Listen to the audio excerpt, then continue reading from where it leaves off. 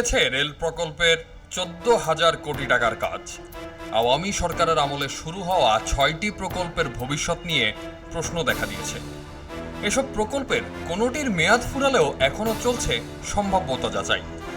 গত 10 বছরে 2টি প্রকল্পের কাজই শুরু করা যায়নি, আবার কাজ শুরু হলেও বন্ধ আছে 3টি প্রকল্প। সব মিলিয়ে ঝুলে গেছে প্রায় 14,788 কোটি টাকার কাজ। প্রকল্প সংশ্লিষ্টরা জানিয়েছেন, আওয়ামী সরকার পতনের পর রেলের এসব প্রকল্পের কাজে অনিশ্চয়তা তৈরি হয়েছে। 5 আগস্টের পর নিরাপত্তার কারণে প্রকল্পের ঠিকাদাররা ভারত চলে গেছেন। তারা আবার কবে কাজে যুক্ত হবেন তা নিশ্চিত নয়। রেলওয়ে সূত্রে জানা গেছে, ভারতীয় ঋণ বা লাইন অফ ক্রেডিট এলওসির আওতায় রেলের মোট প্রকল্প রয়েছে 6টি। খুলনা মোংলা রেলপথ, Bogura Sirajganj dual gauge, Kulaura Shahbazpur rail line পুনঃস্থাপন, ঢাকা টঙ্গী 3য় ও 4র্থ ডাবল লাইন নির্মাণ, খুলনা দর্শনা ডাবল লাইন এবং পার্বতীপুর কাউনিয়া ডুয়েল গেজ।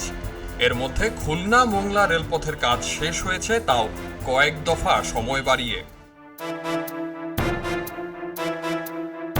ভারতের বিরুদ্ধে রেল কর্মকর্তাদের অভিযোগ, প্রকল্পের বিষয়ে সর্বশেষ তথ্য জানতে চেয়ে একাধিক চিঠি দেওয়া হলেও ভারতীয় কর্তৃপক্ষ সময় মতো জবাব দেয় না। অর্থ ছাড়ে কালক্ষেপণ করে এবং এলওসি প্রকল্পের প্রতিটি ধাপে অনুমোদনের শর্ত, ভারতীয় ঠিকাদার ও পরামর্শক নিয়োগের বাধ্যবাধকতাও দিয়ে রেখেছে ভারত। বগুড়া সিরাজগঞ্জ প্রকল্পে ঋণের অর্থ ছাড় নিয়ে ভারতের এক্সিম ব্যাংককে এখন পর্যন্ত 5টি চিঠি দেওয়া হয়েছে, কিন্তু তারা কোনো উত্তর দেয়নি। 4 দফায় মেয়াদ বাড়িয়েও শেষ হয়নি কুলাউড়া শাহবাজপুর প্রকল্প।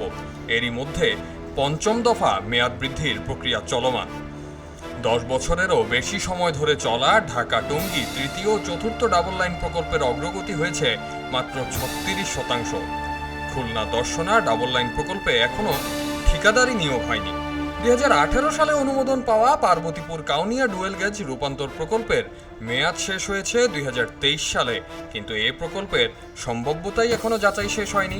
শেষ হলে নতুন মেয়াদ ঠিক করা হবে। ঋণের শর্তে বলা হয়েছে, প্রকল্পগুলোর 75% অর্থায়ন আসবে ভারত থেকে, বাকি 25% দেবে বাংলাদেশ। আর ভারতীয় ঋণের সব প্রকল্পের অর্থ দেবে ভারতের এক্সিম ব্যাংক। চুক্তি অনুসারে 75% পণ্য সেবা ভারত থেকে আমদানি করতে হবে, আর বাকি 25% পণ্য সেবা ভারতের বাইরে থেকে ক্রয় করা যাবে। অন্তর্বর্তী সরকারের দায়িত্ব নেওয়ার পর রেলপথ মন্ত্রণালয়ের উপদেষ্টা ফাউজুল কবির খান রেলওয়ের বাস্তবায়নাধীন প্রকল্পগুলোর খোঁজখবর নিচ্ছেন। তবে ভারতীয় ঋণের প্রকল্পগুলোর ভবিষ্যৎ নিয়ে এখনও কোনো আলোচনা হয়নি। এ বিষয়ে কথা হয় বাংলাদেশ প্রকৌশল বিশ্ববিদ্যালয়ের পুরকৌশল বিভাগের অধ্যাপক ও যোগাযোগ প্রযুক্তি বিশেষজ্ঞ ডক্টর শামসুল আলমের সঙ্গে। যে প্রকল্পগুলো অর্ধসমাপ্ত অবস্থায় পড়ে আছে, সেগুলো সম্পন্ন করতে এলওসির উপর ভরসা না করে অন্য কোনো ঋণে সম্পন্ন করার পরামর্শ দিয়েছেন তিনি। যে কোনো উন্নয়নের খরচের দিক থেকে বিশ্ব রেকর্ড আমরা করছি। নন টেকনিক্যালরা আনগোলি অ্যাক্টিভিটি করে এই ডেভেলপমেন্ট গুলি করছে। এই জাতির বড় বড় ইঞ্জিনিয়ারিং ডেভেলপমেন্ট গুলিতে তারা ইনফিলট্রেট করেছে, রিহেবিলিটেট হয়েছে নিজেদের স্বার্থে। এই জিনিসগুলিকে কিন্তু এমন ভাবে ধরা উচিত, এই জিনিসের পুনরাবৃত্তি যেন না ঘটে। Without any spending any extra time এদেরকে ফেরত দিতে হবে, কারণ এটা একটা অবৈধ কাজ হয়ে যাবে। এটা তাহলে সমর্থন থেকে যাবে এই সরকারেরও। এদিকে গত 30 আগস্ট ভারতের পররাষ্ট্র মন্ত্রণালয়ের মুখপাত্র রণধীর জয়সওয়াল এক নিয়মিত ব্রিফিংয়ে জানিয়েছেন, বাংলাদেশের রাজনৈতিক ও আইন শৃঙ্খলা পরিস্থিতির কারণে কিছু প্রকল্পের কাজ থমকে আছে।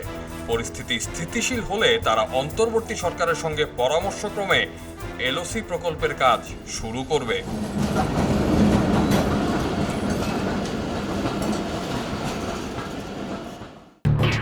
এলো খবরের কাগজ, নিখাদ, নির্ভীক, নিরপেক্ষ।